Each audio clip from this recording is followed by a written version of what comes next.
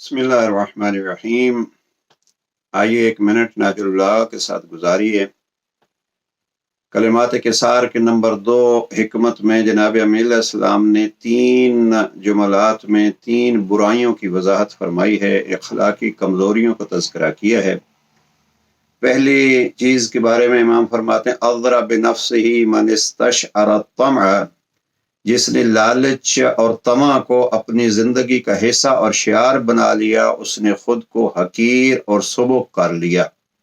یعنی وہ شخص جو ہمیشہ دوسروں کے ہاتھوں کو دیکھتا ہے اور دوسرے کے سامنے اپنا گردن جھکا کے کچھ لینے کی کوشش کرتا ہے، وہ ہمیشہ زندگی میں حقیر رہتا ہے۔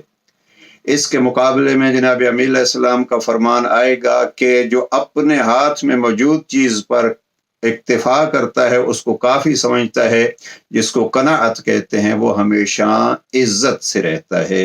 یعنی دوسروں کے ہاتھوں کو دیکھتے رہنا یہ ذلت کا سبب ہے، اپنی کمائی اور اپنے ہاتھوں میں موجود شے پہ اکتفا کر لینا امیر المؤمنین فرماتے ہیں یہ عزت کا سبب ہے۔